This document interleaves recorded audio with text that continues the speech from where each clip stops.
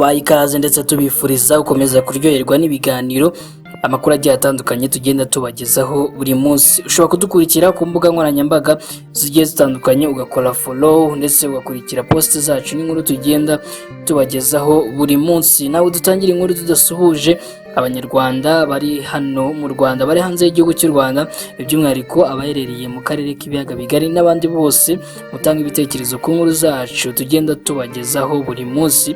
Ibyo biduha imbaraga zo gukomeza kubategurira byinshi bigiye bitandukanye kandi byiza.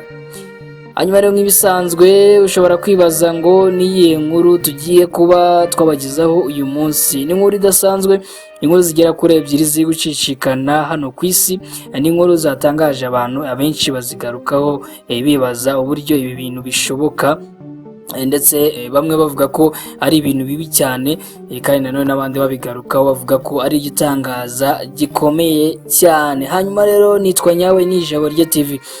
Inkuru ya mbere ni inkuru ivuga ko yagiye kwitaba telefone agarutse asanga ikibuye kinini cyaguriye imodoka. Ya kabiri ni inkuru ivuga ko umukobwa yasambaniye ku gituro cya se ubwo yaragiye gusura icyo gituro. Ibyo tugiye kuba twabigarukaho. Hanyuma rero inkuru ivuga ko yagiye kwitaba telefone agarutse asanga ikibuye kinini cyaguriye imodoka yari atwaye. N'umugabo wahitwa California muri Amerika yarokotse urupfu ubwo yasohokaga mu modoka agiye kwitaba telefone. Hanyuma hejuru y'iyo modoka hagwa ikibuye kinini cyane cyangije igisenge cy'iyo modoka, hanyuma kiratebera cyane.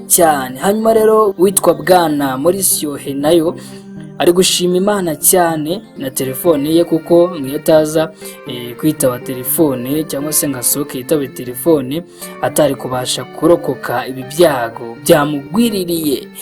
Yavuze ko yaparitse ahitwa Pacific Coast Highway i Malibu, hanyuma ajya hanze kwitaba telefone. Mu kanya gato agarutse ku modoka ye yumvise urusaku rw'ikibuye kinini cyituye ku modoka ye giturutse ku musozi nk'uko yabibwiye ikinyamakuru Kitla 5. Hanyuma rero ati nari ntwaye imodoka, hanyuma njya hanze guhamagara, ngarutse nsanga imodoka yangiritse cyane. Ati ikibuye cyayangije bikomeye igisenge cy'iyi modoka, ndetse bigaragara ko iyo uyu mugabo aba akiyirimo bitari kumugwa neza. Hanyuma rero yakomeje ati nagize ubwoba cyane, sinzi ko nzongera guparika hano nyuma y'ibi, naho banganye kubera ibyabaye.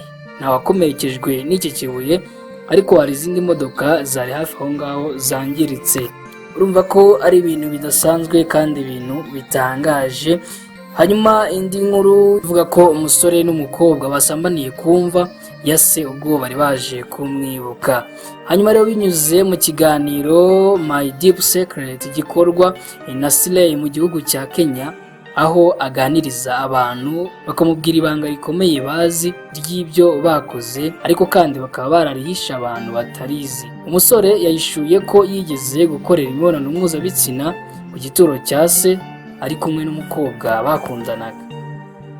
Hanyuma rero ngo ibi byabaye nyuma y'imyaka 5 se arembye, umuryango we umuvuza bikanga, nyuma aza kwitaba Imana. Icyo gihe umukobwa wakundanaga n'uyu musore yari mu gihugu cya Qatar, ari naho yakoreraga akazi. Umunsi se yitaba Imana, umusore yaramuhamagaye amugezaho iyi nkuru y'akababaro. Ngo cyakora byabaye nk'ibihuriranye, kuko ngo umukobwa nawe yahise amubwira ko yavuye ku kazi yakoraga, anamubwira ko azagera mu gihugu cya Kenya ku wa gatandatu, mu gihe se w'uyu musore yagombaga gushyingurwa ari ku wa gatanu. Uyu musore byibura ngo yahise yishimira ko mu bihe bikomeye yari kunyuramo yari agiye kuba ari kumwe n'uyu mukobwa yihebeye. Ngo nyuma yo gushyingura umubyeyi we haciye iminsi mike gusa, rimwe bari kuganira basubiramo inkuru ya se, bituma uyu musore yifuza kujya gusura umubyeyi we ku gituro. Umukobwa nawe ahitamo kumuherekeza.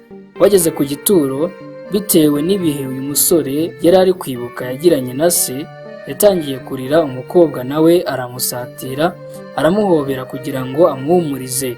Icyakora ngo ubwo yamuhoberaga baje kwisanga bari gusomana kugeza ubwo basambaniye hejuru y'igituro cya se. Urumva ko ari ibintu bidasanzwe kandi ari ibintu biteye ubwoba, ni ibintu bibabaje, ni ibintu ushobora gufata uko ubyumva, ariko byanga bikunze igikuru nuko abantu batuye isi bakimara kumva iyi nkuru abenshi abatangaje abandi bibaza uburyo ibi bintu bishoboka, ati bishoboka gute? Yes, nizo nkuru twari tubafitiye rero. Ushobora gukora subscribe, like, share ndetse na comment. Ni Ijabo Rye TV, nitwa Nyawe. Ciao ciao, tuzasubira ubutaha, turabakunda.